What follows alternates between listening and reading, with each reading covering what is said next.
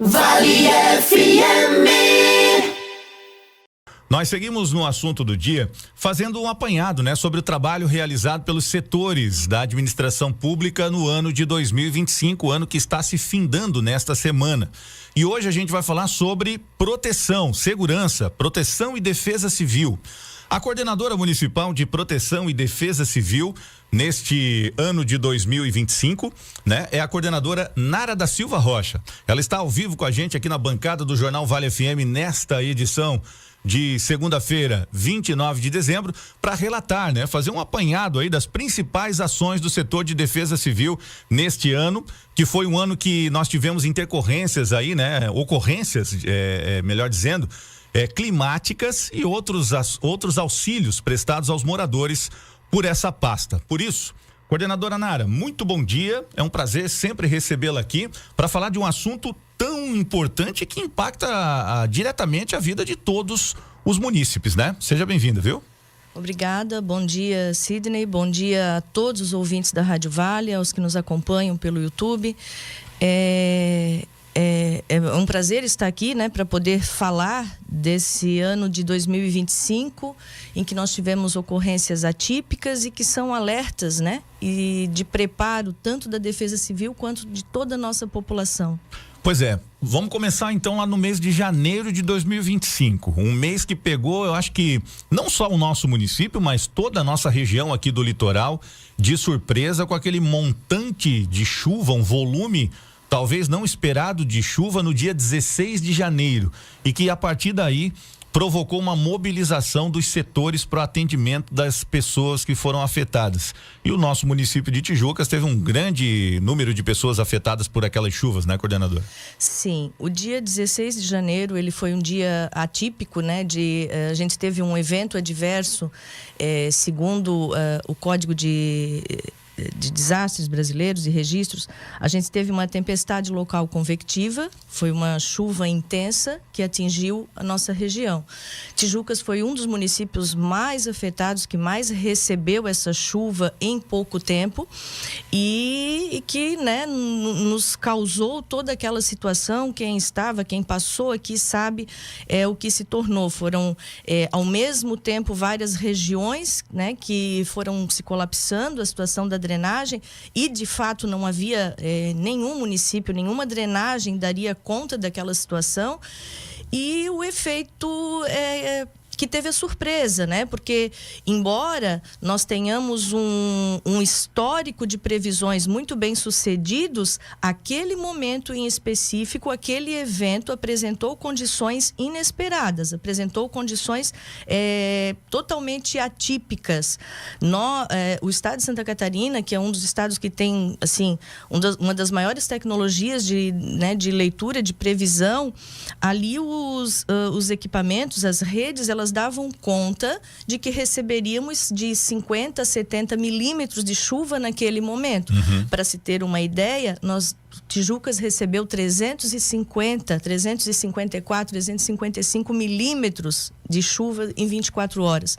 Então, foi uma situação totalmente atípica, inesperada, e que, era realmente você está aguardando receber um copo de água e, de repente, uma caixa d'água desabar, Para se ter uma ideia, a previsão que a gente tinha, entre a previsão e o que aconteceu, tinha-se, foi quase o dobro de todo o previsto para chover no mês de janeiro, nós tivemos em um dia.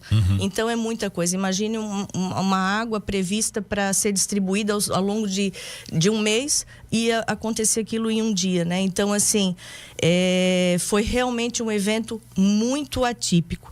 E esse evento, passado toda a situação de socorro como foi, nosso prefeito Michael Sgrotti decretou situação de emergência através do decreto 2502. Então, a gente ali, pôde captar mais esforços e recursos para se dar resposta àquela situação tão trágica que aconteceu, tanto no dia 16 quanto nos dias seguintes, porque os efeitos perduraram durante muito tempo. Durante esse ano, a gente passou dando resposta a isso, tanto de restabelecimento, e ainda temos reconstrução a fazer daquele evento. Ele abalou diversas estruturas, Não só estruturas físicas como pontes, esse tipo de situação ali que a gente viu, mas estruturas naturais, né? Como, por exemplo, o deslocamento do rio no bairro Itinga, não foi isso? Isso mesmo. A gente, assim, nós tivemos por todo o município, em todos os nossos bairros, regiões, nós tivemos as ações de restabelecimento, que é chamado dentro da Defesa Civil. As ações de restabelecimento são aquelas, a resposta emergencial, é aquela que precisa restabelecer rapidamente os serviços que foram interrompidos. Energia elétrica, abastecimento de água, limpeza de rua, desobstrução de bocas de lobo. Uhum. Então, a gente teve um volume imenso de serviço nesse momento, e a reconstrução que vem agora, que é a infraestrutura mais pesada, né? Que exige um projeto maior, que são pontes, e inclusive a gente teve sim esse desvio desse curso do rio Itinga em um determinado trecho por conta do enorme volume de chuvas. Uhum. Aí a gente vê a necessidade de manter as nossas estruturas de drenagem pluvial sempre operantes, né, coordenador? Sim. Essa prevenção e essa construção de estruturas, e manutenção, hoje, é mais que evidente que ela não é mais só a curto a médio prazo. A gente tem que pensar a longo prazo. O que aconteceu em janeiro foi um antes e um depois para a Defesa Civil, para a gestão, para tudo que se refira à prevenção, né? Uhum. Então, assim, é um alerta. Os eventos climáticos, eles estão cada dia batendo recordes que não tinham sido registrados na história recente. Cada dia, os ciclones, os ventos, as chuvas estão mais fortes, com índices de registros mais fortes. Então, assim, se por um lado nós temos uma frente tecnológica que precisa de constante aperfeiçoamento, investimento, para se detectar isso o mais rápido possível, para se ter essa previsão, mas, bom, se você tiver essa informação, o que você vai fazer com a informação da previsão? Você precisa dar uma resposta também. Uhum. Então, existe a frente tecnológica, mas nós precisamos também, a frente hoje de prevenção, de construção de cidades resilientes, aptas a dar essa resposta no momento do desastre. E isso envolve uma série de coisas, essa nova consciência, adaptação, envolve incorporar elementos da Defesa Civil, elementos técnicos nos planos diretores dos municípios. Nós precisamos de uma nova concepção de drenagem urbana, de ocupação dos espaços rurais, de intervenção de paisagem. Precisamos que empreendimentos, edificações passem a acolher, de fato, as recomendações técnicas de defesa civil, engenharia pública, fiscalização de obras, que são as frentes de trabalho que acompanham históricos de paisagem dos municípios e que são capazes de dizer, olha, isso funciona, a gente precisa fazer assim, porque quando vem o desastre, todos sofremos, né? Uhum. Então, precisa-se isso com urgência. Muito bem. Ô, coordenadora, nós tivemos ao longo do ano, né, um simulado que envolveu diversos setores dos órgãos que militam em prol da segurança do município, né? E além deles até, né, nós tivemos envolvimento aí de diversos setores, que foi o simulado de gestão de desastres. Como é que foi esse evento? Esse, assim, ele foi um exercício, né, aplicado pela nossa Secretaria de Estado de Proteção e Defesa Civil, um exercício para toda Santa Catarina. Ele foi o maior simulado geral de gestão de desastres, com adesão de quase a totalidade dos municípios catarinenses, e Tijucas participou. E assim, foi um momento muito bom. Eu tinha recém-chegado, né, à coordenadoria, e eu fiquei assim, nossa, vamos abarcar, vamos abraçar isso, vamos, porque um simulado é um exercício onde você pode justamente detectar os pontos que você precisa melhorar, né? E foi muito gratificante, porque eu contei com toda a rede mesmo, o grupo de ação integrada que compõe as forças policiais, de trânsito, bombeiros, Celesc, contei com a colaboração Secretaria de Educação, Obras, SAMAI. Então, assim, foi realmente um grupo como se fosse um desastre mesmo. Todo mundo se mobilizou. E então a gente fez um simulado como se fosse uma evacuação de escola no momento de enxurrada, por exemplo, de cheias, né? Então a gente evacuou crianças, profissionais de uma escola. Nós montamos abrigo, e isso é importante dizer, o que foi muito interessante, porque Tijucas foi um município que cumpriu ali todos os requisitos pedidos, né, dentro para aquele caso, para aquela simulação. Então a gente montou abrigo com o apoio da assistência social, a gente mobilizou trânsito, a gente simulou resgate, inclusive resgate animal, que foi um diferencial. A gente simulou também, a gente pensou nisso, teve esse cuidado, porque no momento do desastre acontece, você precisa resgatar animais, então a gente simulou também resgate animal. A gente montou abrigo, a gente montou os CELOGs, que são os centros de logísticas para receber doações, né, humanitárias, tanto de itens humanitários quanto doações particulares. A gente montou toda a estrutura que foi pedida e que era passível mesmo de um desastre. Então foi muito satisfatório e a gente saiu muito bem nesse simulado. Que bacana. Até porque isso vem de encontro a uma situação que as pessoas talvez não se dão conta, né, coordenadora, que a defesa civil, o setor de defesa civil dos nossos municípios, ele não age, né, como por exemplo, as pessoas acham que o Corpo de Bombeiros age só nos casos de sinistros, nos casos de ocorrências, né, em que eles têm que estar atendendo incêndios, apagando, atendendo ocorrências de acidente de trânsito, mas também um dos grandes focos do trabalho do setor é a prevenção, né? Esse exercício que foi feito aí nessa ocasião foi um momento em que foram testados todos os sistemas para que, caso isso venha a acontecer, esses equipamentos, essas ferramentas estejam operantes e devidamente preparadas para esse tipo de situação, né? O caso de preventivo mesmo, né? Exatamente. Esses setores e a defesa civil, né, não podia ser diferente. A gente trabalha com gestão de riscos e desastres. É capacitação 100% todo o tempo. Todo o tempo que a gente tem disponível passando por capacitações para os mais diferentes eventos adversos. É investido muito nisso. A Secretaria Nacional, a Secretaria Estadual, vários órgãos, eles sempre ofertam muitas capacitações e cabe, né, aos coordenadores, secretários, os agentes da Defesa Civil, então capacitar estarem preparados o melhor possível para a resposta frente aos desastres. Então, hoje, na coordenação de Tijucas, hoje, ao longo desse ano, eu tenho todas as 7 certificações especiais da Secretaria Nacional, né, e que é uma parceria que eles fazem com a Escola Nacional de Administração Pública, ENAP, com a Escola Virtual de Governo. Então, eles ofertam 7 capacitações, 7 certificações especiais. Essas 7 certificações, elas englobam dezenas de cursos. Para você ter direito a uma certificação, você tem que fazer vários cursos. Ah, é? É porque ela é uma chamada trilha do conhecimento. Você vai fazendo cursos até alcançar uma certificação. Que legal. Então, eu passei por muitos cursos para conseguir as 7 certificações nacionais da Secretaria Nacional.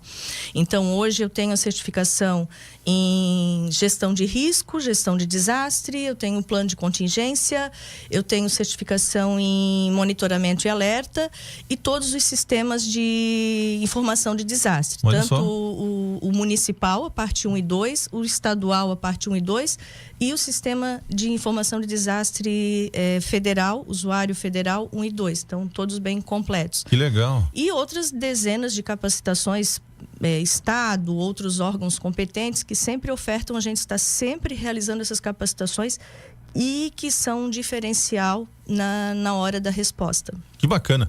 Até eu pergunto, né, pela oportunidade que lhe foi dada, como é que uma professora de carreira, né, que atuava aí na rede municipal, na rede estadual já há algum tempo, né, hoje a coordenadora é doutora em educação, né, na área da educação, é isso? Eu sou em psicanálise. Psicanálise, pois é.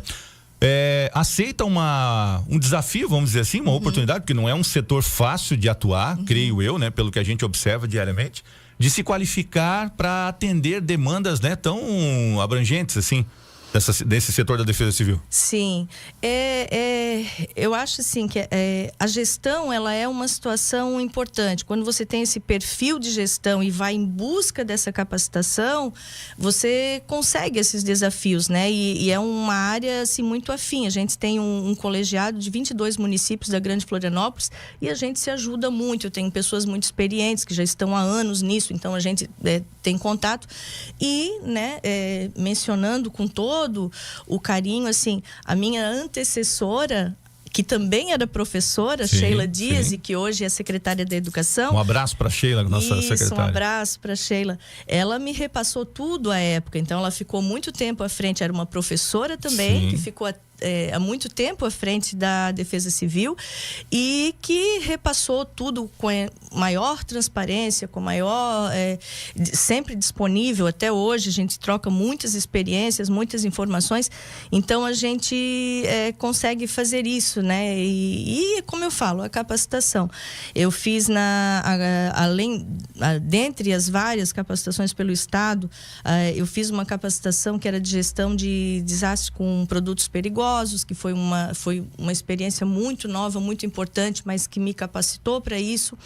E a Defesa Civil, ela conversa com a escola diretamente com a educação. Nós temos um projeto que é o Defesa Civil na Escola e que Tijucas participou, já vem participando há algum tempo. Esse ano a gente teve 6 escolas na participação, a gente teve a capacitação de professores e várias crianças feitas, né, pelo Estado, com distribuição de material técnico, com distribuição na escola, de várias coisas para as crianças, para a escola. E isso é muito importante, porque assim, quando você leva um pouquinho da Defesa Civil para 400, 500 crianças, você tem que pensar que atinge quase ali 500 lares, né? Isso. Tem as crianças que são irmãs e tal, que estão na mesma casa, mas quando você leva para a escola, e é um mérito dos professores que encabeçam isso, porque eles não são a mais remunerados por isso, são professores que abraçam a causa da Defesa Civil e incorporam em seus planejamentos, além das inúmeras atividades, tarefas diárias, eles incorporam a Defesa Civil nos seus conteúdos. Então, um mérito muito grande, um abraço e reconhecimento a todos esses professores e que levam um pouquinho da Defesa Civil para 500 crianças que vão causar aquele efeito dominó, aquela distribuição para 500 lares, um pouquinho das noções da Defesa Civil. E isso é muito importante, porque a Defesa Civil somos todos nós, não é só a resposta, é a prevenção que começa no lar de cada um também. Muito bem. Para a gente pontuar, coordenadora, você acabou de dizer, né? A Defesa Civil somos todos nós, a prevenção é fundamental. E como é que as pessoas podem acessar hoje o trabalho da Defesa Civil? Porque ele também tem que estar acompanhando diversas situações que acontecem no cotidiano da cidade, né? Não é só na questão dos desastres, mas também nas construções que nós temos, por exemplo, né? O nosso município está em pleno desenvolvimento e exige também um olhar clínico e apurado da Defesa Civil para as transformações diárias que acontecem nas nossas cidades, né? Sim, a Defesa Civil, ela é acionada diariamente, tanto porque assim, as pessoas, é claro que quando é um desastre de maior proporção, que envolva uma comunidade, um bairro, isso é mais visível, né? Mas é diariamente os chamados que a Defesa Civil recebe para avaliar riscos, para verificar situações. Principalmente a gente trabalha muito em conjunto com a fiscalização de obras, né? Justamente por esse crescimento que a cidade está tendo. Então a gente tem toda essa parte de alerta, de prevenção, de notificações quando necessário. Então existe esse trabalho e ele é um trabalho silencioso. É igual o alerta e o desastre. Muitas pessoas veem a Defesa Civil no momento do alerta, no momento que a gente recebe um alerta mais severo, a gente vai às mídias, né? E daí aparece mais. Mas entre o alerta que a Defesa recebeu e chegar na população, muita providência já foi tomada, muito grupo já foi acionado, né? As estruturas já foram acionadas e assim, nós agimos, a Defesa Civil, ela age também com protocolos, ninguém tira nada da cabeça de repente na emergência. Sim. existem protocolos sérios. A gente está falando de riscos e desastres, né? Então, existem protocolos sérios. A nossa lei 12.608, que institui a Política Nacional de Proteção e Defesa Civil, ela nos dá ali uma ampla gama de trabalho, sempre em conjunto, sempre com outras instâncias. Então, assim, a Defesa Civil, ela vai, avalia o risco, ela gerencia aquela situação. O que precisa? Desobstruir a rua, restabelecer o abastecimento de água. A Defesa Civil, ela gerencia essas situações de risco. O socorro direto às pessoas, a Defesa Civil também gerencia, mas de uma forma protocolar dentro do seu campo de ação, que é, por exemplo, solicitar o recurso dos itens humanitários. Agora, assim, a Defesa Civil não pega uma cesta básica ou um item e vai lá distribuir aleatoriamente do nada. Aí já entra em campo que é assistência social, que a gente conversa já quando tem o alerta, já começa a conversação com a assistência. E por que isso precisa acontecer? Porque assim, cada setor tem a sua área de trabalho muito profissional. Então, assim, a assistência social, por exemplo, que trabalha com a gente também, quando eles chegam num lar, numa casa que foi afetada por um desastre, eles já sabem, porque eles já têm o cadastro, eles já têm o histórico, eles já sabem quem mora naquela casa, se tem criança, se não tem, se tem idoso, se não tem, quantas pessoas são, e ela vai fazer essa distribuição muito melhor e muito mais adequada, né, do que qualquer outro agente. Então, assim, a gente recorre aos grupos, para isso que existe o grupo de ações coordenadas. A Defesa Civil gerencia as necessidades, mas cada um tem o seu campo de atuação. Que é uma grande rede de atendimento. Se você tem um socorro, um ferimento, alguma coisa assim, é corpo de bombeiros, são os agentes de saúde que vão lá avaliar, não, esse atendimento pode ser feito no local, não, esse precisa de um encaminhamento hospitalar. Então, cada setor tem a sua função dentro do grupo da Defesa Civil. Está gostando? Muito, muito. A tarefa é árdua, não é fácil, porque, como eu digo, é uma ampla gama de ação. A Defesa Civil, ela trabalha com muitas atribuições, mas que é recompensador, assim. A gente, pelo menos, né, a gente já tem aquele coração daqui. E assim, é como eu digo, todos os dias quando eu saio para trabalhar, eu penso assim, que o meu trabalho tem que ser para pelo menos dar um pouquinho mais de tranquilidade às pessoas. Eu sempre penso nisso, né? Eu sempre saio para trabalhar com esse pensamento, que hoje eu vou fazer ações que tranquilizem um pouco mais as pessoas, que quando elas olhem para o céu e vejam que está se aproximando uma tempestade, ou que elas vejam uma previsão, que essas pessoas talvez possam ficar um pouco mais tranquilas, né? Que vão ter a quem recorrer, um grupo, né? Que alguém vai chegar. E, assim, as vistorias que a gente faz pelo nosso município, né? Quem conhece o nosso município sabe das belezas, das maravilhas, e tendo as situações, os problemas, como todos os municípios têm os seus, mas a gente volta para casa amando um pouquinho mais Tijucas, assim. A gente, quando conhece as nossas regiões, as nossas comunidades, a gente se encanta com a beleza e com tudo que há ainda a oferecer. Que legal. Nossa cidade. Que assim seja sempre, né? Que nós tenhamos sempre aí bons resultados de todo esse trabalho preventivo, e quando há necessidade de atuação, que também tenhamos êxito, como a gente tem observado. Bom trabalho, parabéns, né? Por ter aí adquirido essa vontade, e não só de encampar, né, o desafio, mas também de se qualificar, adquirir esse conhecimento para que possa dar o resultado, né, o devido resultado, a devida resposta para a nossa população. E sendo assim, microfones da Vale FM sempre às ordens, viu, coordenadora? Eu agradeço, né? A imprensa, claro, é sempre fundamental para a nossa comunicação junto à população, né?